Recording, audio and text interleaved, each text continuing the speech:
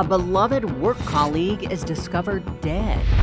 Lindsay's death really rocked the sheriff's department. Lindsay would come in and in a couple of minutes have you smiling.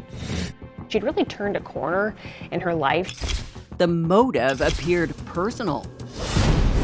You start realizing this is not a standard, I'm trying to come in and steal your TV. What did the digital evidence tell investigators? We know the night before she had gone to do her workout at the dojo. She told me she's not happy because he was nasty to her all the time.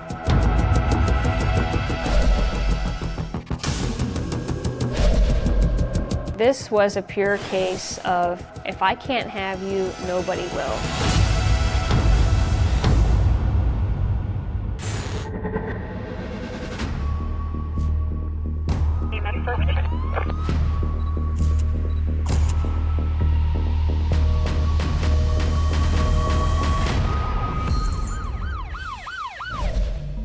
Hi, I'm Nancy O'Dell. Today's Crime Exposé brings us to West Columbia, South Carolina, a quiet suburb of the state capital where residents were shocked to learn of a young woman's murder in her own home. Investigators followed a trail of confusing clues and evidence until a Fitbit watch, a cell phone, and DNA evidence would ultimately reveal the sinister plot that had been set into motion. It was a sunny morning in March when colleagues of 31-year-old Lindsay Lee began to worry. Lindsay Lee worked in the IT department at the Lexington County Sheriff's Department, and she was very well liked. She was loud, she was boisterous, she was fun, and most importantly, she always had a morning routine. She always went to the gym, she worked out, and then she came straight into the office. And then she would be in her desk before everybody else started working. And when people started coming in at 8 o'clock in the morning, she's not there, and that's not normal. Lieutenant Olin Sexton was in charge of the Sheriff's Technology and Records Division, and he was also a close friend of Lindsay's. So I'm like, it's okay, she's probably at the gym still or something, so I text her, and that's odd for her not to text back. So now I'm starting to get worried. A nearby colleague was sent to her home for a wellness check. The deputy arrived at her house. She lived in a quiet neighborhood in West Columbia. So he pulls up and he sees the gate to the back side of the house is open.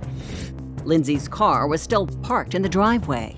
The car's cold, and that's odd. It should have been hot. It should have been she just ran home. She might have forgot her phone. And so then he starts to check the house and the doors. So he follows that gate around, and when he gets to the back door, he sees splintered wood. The door is open. It looks like someone has forced this back door open. Being in law enforcement, all of a sudden their senses are heightened. After calling for backup, the deputy entered the house. Both him and his partner start to work the house. They find a bunch of stuff that's spilled out on the floor, and as they move through, they can hear the shower running.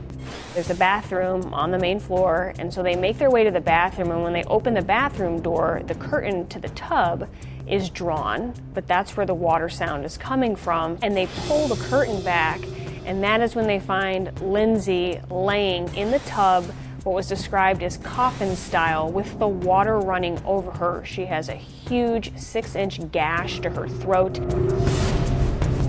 When they first found her, they found her without any clothes on except for a pair of tight-fitting boxers that she was wearing. So she had no top on. She looked very drained and pale, and the shower was washing all that stuff away and had been doing that for quite some time.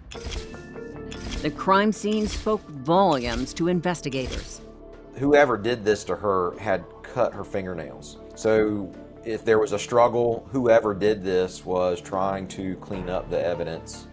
Promising clues were found near the front door to the house. In the foyer is bagged groceries that have been strewn everywhere. Underneath some of those grocery bags, they find about dime-sized pieces of blue latex. The latex pieces were collected. And then they look in her washing and drying machine, and they find what appear to be her clothes that were left in the wash cycle. So those are also photographed and documented as possible evidence. The suspect had covered up their tracks, and nothing appeared to be missing from the home. There was nothing to lead them to believe at that point that someone had come in, broke in, some kind of robbery. It was much more sinister than that because everything was still generally where it was supposed to be. A search of Lindsay's car turned up another piece of evidence. What was found in the glove compartment of Lindsay's car? They found marijuana in the car. But those who worked with Lindsay in the sheriff's department and knew her well were confident it was not hers. She was such a healthy person and cared so much about her body and her mind. Absolutely no doubt in my mind that that was not hers. That had been planted, that had to be put in there for some reason. Despite the confusing evidence, investigators believe the motive for Lindsay's murder was personal.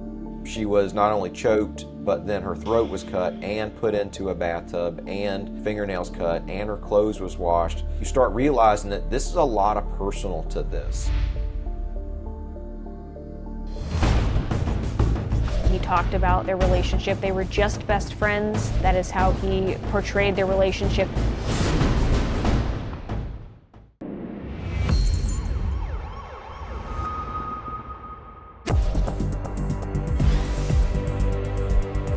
Lindsay Nicole Lee's senseless murder had stunned her loved ones and the dedicated team of law enforcement colleagues who had come to know and adore her. Lindsay would come in and in a couple of minutes have you smiling, have your entire heart swelling with a great emotion, and it was so difficult to lose that. And it was something that was felt all over the department. Lindsay's death really rocked the sheriff's department. She'd really turned a corner in her life. She had gone over this transformation when it came to weight loss. She was changing her life and had a lot left out in front of her. And to have her taken so violently away from her coworkers and her friends was devastating. By all accounts, Lindsay was living her best life. She was at the tail end of a separation, and a lot of her coworkers were excited for her to be able to put this relationship behind her and move forward and see what else she was going to be able to get out of this new life that she was starting. The medical examiner's findings gave a grim picture of her last moments. Lindsay had all kinds of injuries around her body. She had cuts, she had scrapes, she had bruising, she had all kinds of defensive wounds. So Lindsay did not go down without a fight. She fought back. Despite the intense struggle, she had been ambushed and overcome. Notably, there was bruising that appeared to mirror what someone's handprint would sort of look like over the back of her left shoulder, consistent with someone putting their arm around Lindsay's neck. It looked like she was lifted up and completely choked out, and then after the fact, her throat was slit. But the knife wound is what ultimately killed her. The medical examiner determined Lindsay's cause of death was from blood loss, which came from that 6-inch cut to her throat. Although she had been discovered partially undressed, there was no evidence she had been sexually assaulted. Investigators turned their attention to the digital evidence left at the scene. Lindsay's cell phone and Fitbit watch had been collected as evidence. Investigators are able to triangulate that data to track her final movements in the moments leading up to her death. So we know the night before she had gone to do her workout at the dojo. That's what she always did with her friend Graham. That was her physical trainer. After her workout on March the 13th, Lindsay left the gym at approximately 7:30 p.m. She had gone to a little Walmart Express to get some groceries and thing, which is really close to her house, and then went straight from there through the little town where she lives at to her house. So were investigators able to locate any surveillance video of her? So once the state law enforcement was able to kind of get a track of where she was using the equipment, they were able to go back to the little Walmart convenience store and the pull-up video that shows her coming out of her car, going into the store, what she bought, picking up a couple of groceries, and then being able to leave. So it gave them a concrete time of she's healthy, she's well, she's moving, picked up her stuff, and was heading home. Lindsay is seen wearing the same clothing she was murdered in. The clothes that they found in the washer was the clothes that she had on at the little convenience store. And it kind of confirmed that from the video is that she went straight home and that this was something that occurred as she got in the door. The cell records also showed messages and texts sent to Lindsay at the time police believe she was murdered. Graham hit her up that evening to say, hey, just checking on you. and she didn't respond. The timing of Graham's text piqued the curiosity of police. They went to Graham to try to find out what he knew, because based on what they were piecing together through her digital evidence, Graham was likely the last person to see Lindsay alive after she left the gym and headed to the grocery store. The trainer was cooperative with police and explained he often texted Lindsay after their workouts. He talked about their relationship. They were just best friends. That is how he portrayed their relationship. They got very close. He working at the gym that Lindsay went to and really helping her on that weight loss journey. Investigators collected Graham's DNA and did not find any evidence linking him to Lindsay's murder. However, the information he shared with them about Lindsay's soon-to-be ex-husband, Jason Lee, and his behavior raised red flags. He's showing up and he's trying to give her flowers. He's trying to make amends. He's calling everybody that he can call to try to get back with her.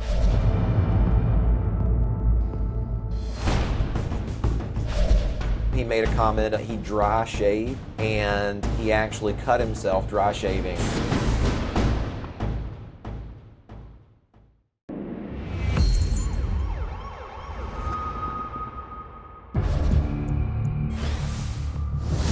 Investigators were eager to speak to Lindsay Lee's estranged husband, Jason, after learning the couple had been separated after 6 years of marriage. She told me she's not happy.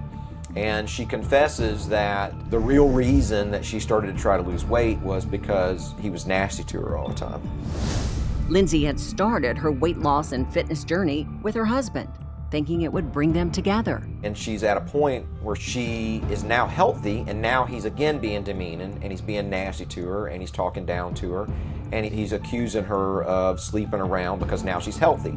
And so her point is, I can't win for losing. I've tried to do this for him and get better, and now I'm at a point where I'm better and he's still ugly and hateful, and I just got to get out of it.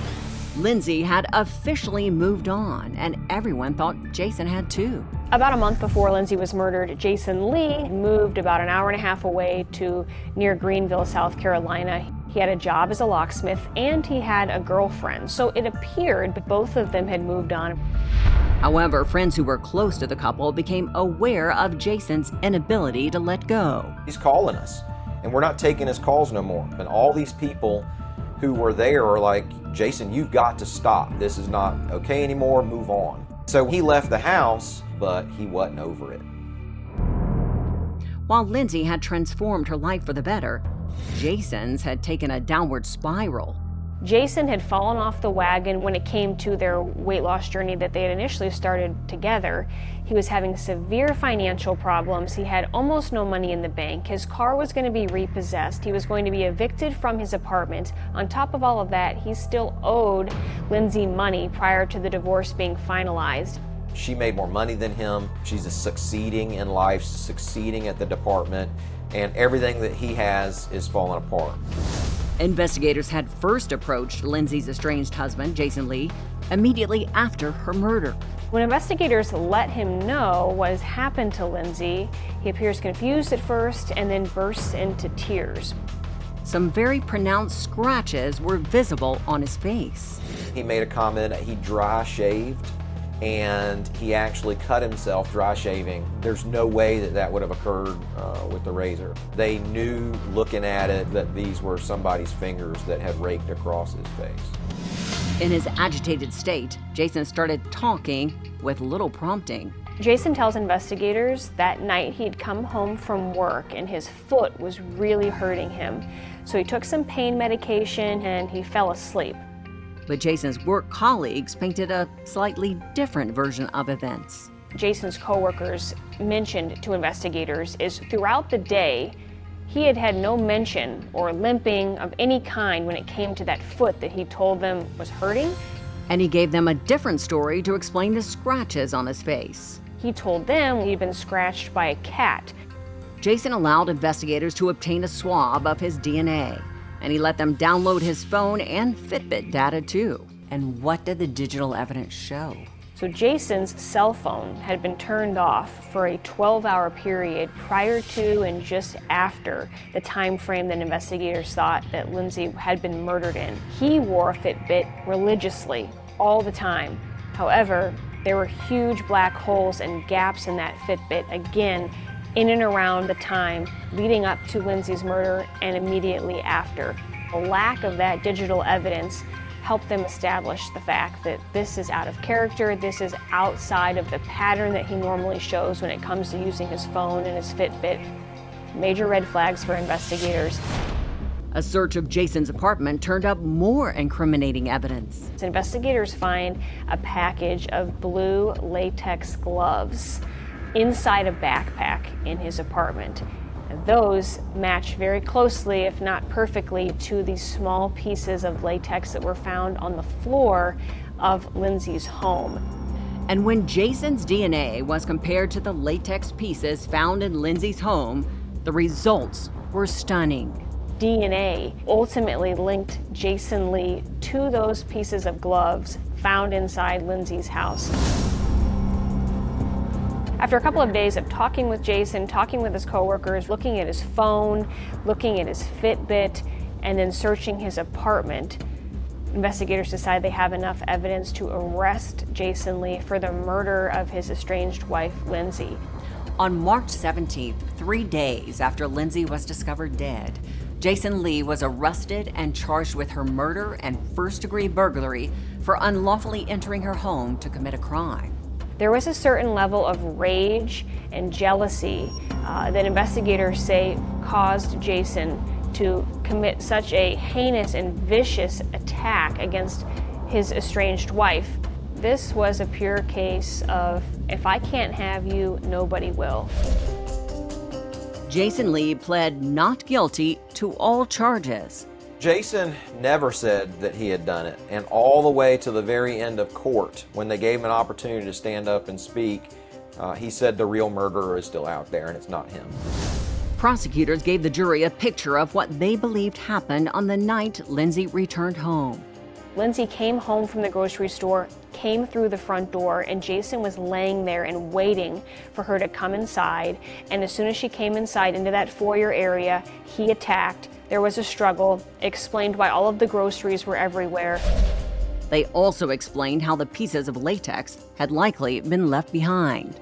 Investigators believe Jason had those latex gloves on to prevent any kind of fingerprints from being left, but what he didn't account for was during that struggle when Lindsay was fighting for her life, she was able to claw pieces of those gloves away that landed on the floor, and Jason missed those as he left the house, and ultimately investigators say that DNA is a big piece of what led to his conviction.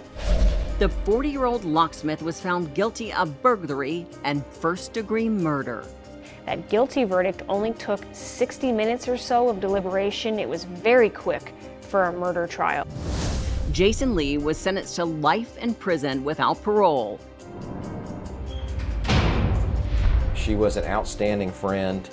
It is hard not to have her in our lives.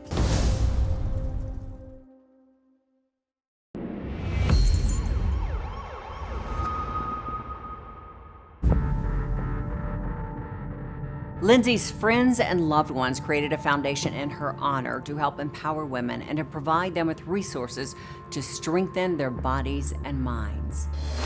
And now, it's time for today's Safety Spotlight. This tragic case is an example of the fact that abuse doesn't necessarily stop because the relationship has ended. Also, it should be noted that not all domestic abuse is physical in nature.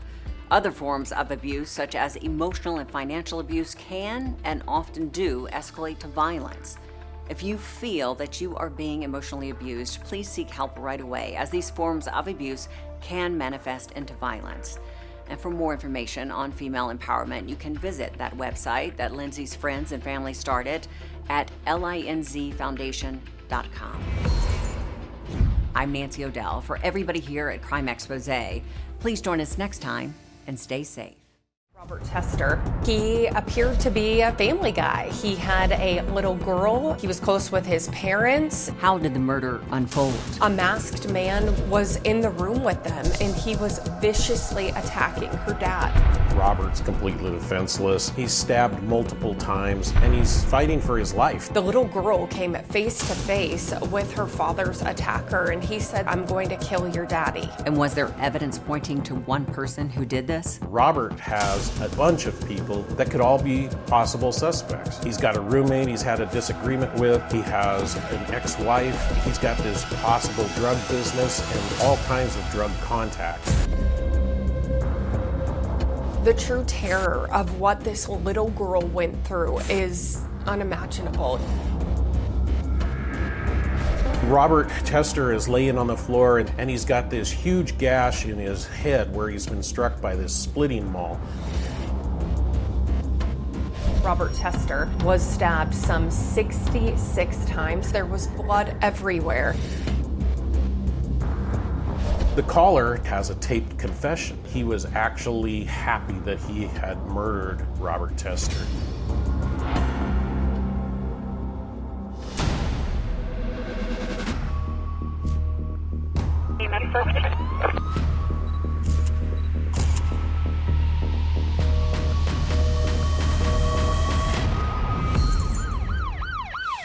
Hi, I'm Nancy O'Dell. Today's Crime Exposé takes us to Spokane, Washington. A father was viciously attacked and murdered in his own home, and his young daughter saw it all. But a chance confession cracked the case and caught the killer.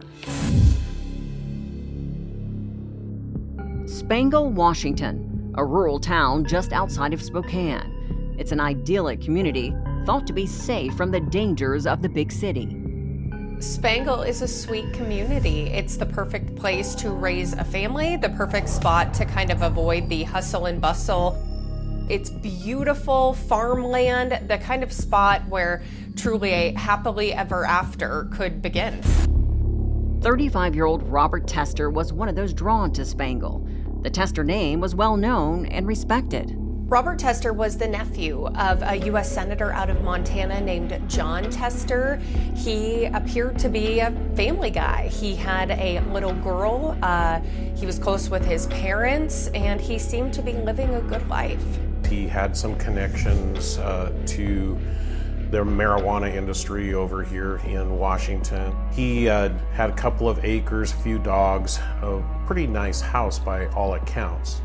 Robert Tester had been recently divorced, and he's sharing some custody with his ex-wife of their daughter. One autumn evening, the father and his 8-year-old daughter settled in for the night. They believed they were safe in their own home. Robert Tester and his young daughter had fallen asleep. She had crawled into bed with him, and she woke up to agonizing screams. A masked man wearing dark clothing was in the room with them, and he was armed and he was viciously attacking her dad. The little girl came face to face with her father's attacker, and he said something to the effect of, "I'm going to kill your daddy." Robert is left there to fight with this individual, and this guy has at least 2 swords that he is stabbing Robert with. Robert's completely defenseless. He's stabbed multiple times, and he's fighting for his life, trying to get away. He's running away from this individual throughout the house, and blood's going everywhere. The 8-year-old girl lay frozen with fear, unable to understand what was happening. Robert's daughter is hiding down in the basement, but we know that Robert came to the bottom of the stairs, and she must have been in horror as this man is attacking her father, and then Robert runs back up the stairs, and she is able to see all of this from her bedroom. Finally, the horrific attack ended, but the sounds of screams were replaced with an eerie silence. Robert Tester is laying on the floor in the dinette area. The splitting maul is cast aside next to him, and the attacker decides to exit the house. He goes downstairs and he sees the young lady hiding in her bedroom, and he says something similar to her that, "Your dad and I had an agreement and he must die," and the attacker leaves. The true terror of what this little girl went through is unimaginable. It truly is as bad as it gets. She was able to fall back to sleep at some point, But as soon as she woke up that next morning, she called her grandma and was saying something was terribly, terribly wrong, and she needed help. The young girl's grandmother calls 911, alerts them that there's been an attack at this resident, and Spokane County Sheriff's Office sends a deputy out to the scene to check on the little girl and what has happened. When they walked into the Tester home, what they saw was absolute chaos. There was blood everywhere, and in the midst of all of it was a terrified little girl. So they take Robert's daughter out to a patrol car to try to offer her some comfort. What did police learn about the victim in the home? It was quickly revealed that the victim of this grisly homicide was the nephew of a very well-known politician in Montana, and that really, added some pressure to get justice for this heinous crime. There didn't appear to be any signs of a break-in or a burglary. Inside the home, there was a definite feeling of he must have known his attacker or willingly let him into his home. This was a vicious, heinous attack with multiple weapons involved, one of which, a maul that's typically used to split firewood, was covered in blood. There's a significant amount of marijuana and a few other drugs that are found in the residence. While crime technicians process the grisly scene, shockwaves of Robert Tester's murder reached the nation's capital. Shortly after this incident takes place, Capitol Police from Washington, D.C. are reaching out to my supervisor, wanting to know what's going on. And they want to know, is this politically connected? Does John Tester have some enemies that's now striking out at his family? Or what is the deal here? Detectives took the traumatized girl to the sheriff's office for an interview, trying to find out what happened. She was in shock and grieving her father's death. She's able to give them a limited amount of information about how this individual broke into the house, woke him up, and begins this attack on her dad. And Robert's daughter has a brief conversation with this individual as he's on the way out of the house, and she tells us that he disguises his voice. He sounds like a pirate, and he's got his identity disguised with this costume as he heads out, and she's really not able to give us a whole lot to go on. News of Robert Tester's horrific murder quickly spread. The city was stunned by the brazenness of the crime. What we find is that Robert has a bunch of people in his past that could all be possible suspects. He's got a roommate he's had a disagreement with. He has an ex-wife that they battle over custody and money. He's got this possible drug business and all kinds of drug contacts. And then a semi-girlfriend that he apparently doesn't always get along with. So we have a very wide spectrum of people to choose from as possible suspects. And all of those people had alibis, or they were able to quickly discount them from having anything to do with this murder. Police hoped an autopsy on Robert Tester's body might reveal clues as to who the killer was. It was a death of unimaginable horror. Robert Tester was stabbed some 66 times. He was also beaten. And he's got this huge gash in his head where he's been struck by this splitting maul, which appears to be the final blow. The investigation into the murder stalled, and detectives had little to go on. They suspected that Tester's drug connection was tied to the killer.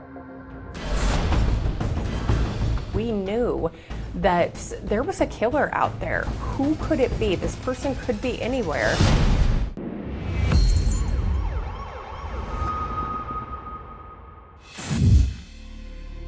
Spokane County detectives investigating the murder of Robert Tester had looked at multiple suspects and came up empty. But Tester's black market side business suggested that he may have had enemies.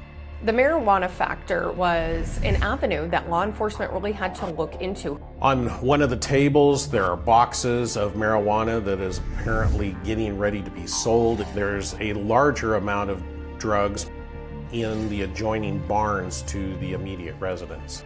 This has got to have some kind of a drug nexus, and the fact that someone is either owed money or came here to rip Robert off Detectives then learned that 1 week before the murder, the victim posted a cryptic comment on social media. Tester's post seemed to predict a violent confrontation with an enemy. It kind of implies that he's going to either commit a homicide or a suicide of his own, and we're trying to decide what implications does this post have in his death. It was a frustrating time for investigators, for loved ones, and for the community. We knew that there was a killer out there. Who could it be? This person could be anywhere, and that was troubling. Days turned into weeks, which turned into months, and the case showed no signs of ever being solved. But then, 3 months after Robert Tester was slaughtered in his own home, the sheriff's department got a voicemail. This individual from Texas has called to tell me that he knows who the killer of Robert Tester is. So the caller tells me his friend's name is John Radovich. He lives in the Spokane area, and they had been lifelong friends, and now John has called him to tell him that he has fulfilled a childhood fantasy of being like an Avenger and taking revenge out on Robert Tester for a supposed assault on a young lady.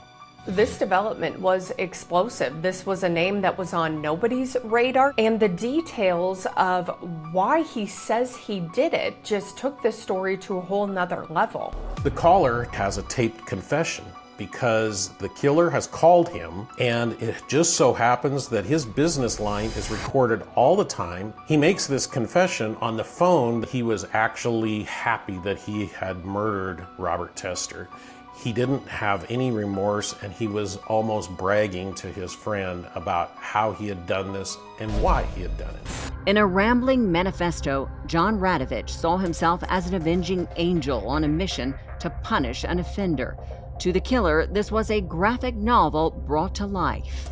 In the phone call, John Radovich, he admitted he committed this murder, but he said he only did it to protect a 17-year-old girl who Tester had apparently dated. And Radovich claimed he was abusive to this girl, and he wanted justice for her. He said that police were not helpful in getting justice for that girl, so he had to take justice into his own hands.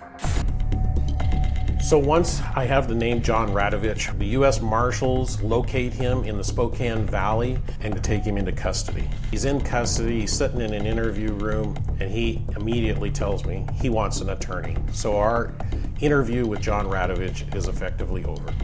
While Radovich cooled his heels in jail, detectives learned more about his motive and what sparked the violence. The young lady goes by a street name of Skittles. She's actually underage of 18. She is a street kid that is part-time living with Robert Tester. Radovich had told people Tester had given her a concussion. She ended up in the hospital. Radovich seemed to be unapologetic about this heinous murder and saying he would have done just about anything to get justice and to protect this 17-year-old girl. So as we look into the background of Radovich and who he is involved in a world that's just a little bit different. He's got this fantasy of being an Avenger. He's currently involved in cosplay. He has multiple katana swords. He is kind of an individual that I believe is somewhere between artsy and violent. Police were now convinced that they had the man who assassinated Robert Tester in front of his daughter. If the killer had a defense, the world would have to wait until his trial to hear it. After hearing the taped confession, we go to work and we're able to gather enough evidence to establish that this is definitely our guy. Cell phone records back it up, DNA backs it up, and we now have enough evidence that we can arrest and try this guy for the death of Robert Tester. Word of Radovich's arrest was absolutely shocking. We were not expecting a bombshell like this. Without his confession, it's very likely John Radovich never would have been on the radar of these detectives. He could have gotten away with this. Police say John Radovich, the self-appointed avenging angel, would have to answer for his sins. Radovich tries to say that he just went to Tester's house to talk to him, and Tester attacked him.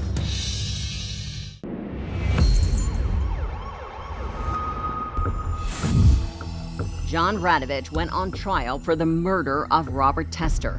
His crime had shocked the city of Spokane and those in the small community of Spangle. But that paled when the accused presented his defense. Radovich tries to say that he just went to Tester's house to talk to him, and Tester attacked him. So now he's trying to use a claim of self-defense when this whole attack has happened in Tester's home, in front of his daughter. This seems so out of the realm of believability to blame the victim for his slaughter. John Radovich said he never meant to kill Tester. He alleged that he went to the front door and that Tester opened the door holding that maul, and that immediately a fight ensued. He doesn't present just like any self-defense individual that immediately calls the police and renders help and says, hey, I didn't mean to do this. He basically goes into hiding. He gets rid of all of the evidence that he can. People finally got to see John Radovich in court without a mask and costume to hide behind. He didn't present himself as a victim of circumstances. In fact, his demeanor came across as arrogant. This individual is sociopathic of some type because of the type of interactions that he's able to have. He feels like he's completely justified in doing this and doesn't see anything wrong with taking retaliatory actions against Robert Tester. Emotions were high throughout the trial, but none more than when Robert Tester's daughter took the stand. It was the little girl that really just grabbed the hearts of our community. We all just grieved for what she must have gone through. The trauma of that day is just innocence lost. Radovich was sentenced to life without parole. As it stands, he will never get out. And the trauma of those left behind, they almost have a life sentence too, having to deal with this every day and the trauma that follows.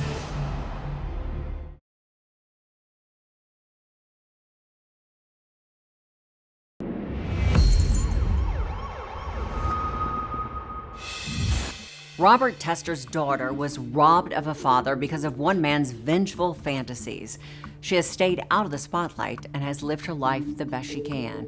And by all accounts, she has managed to thrive and honor her father, while John Radovich sits in a prison cell alone. And now it's time for today's Safety Spotlight.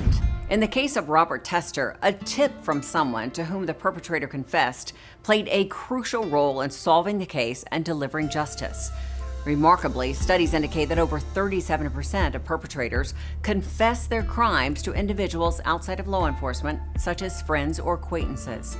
If you have information regarding a crime, you can report it to your local police department. And if you fear retaliation, most local law enforcement agencies allow you to submit information anonymously online. You can also report tips by phone at 1-800-222-TIPS or crimestoppersusa.org. I'm Nancy O'Dell. For everyone here at Crime Exposé, please join us next time and stay safe.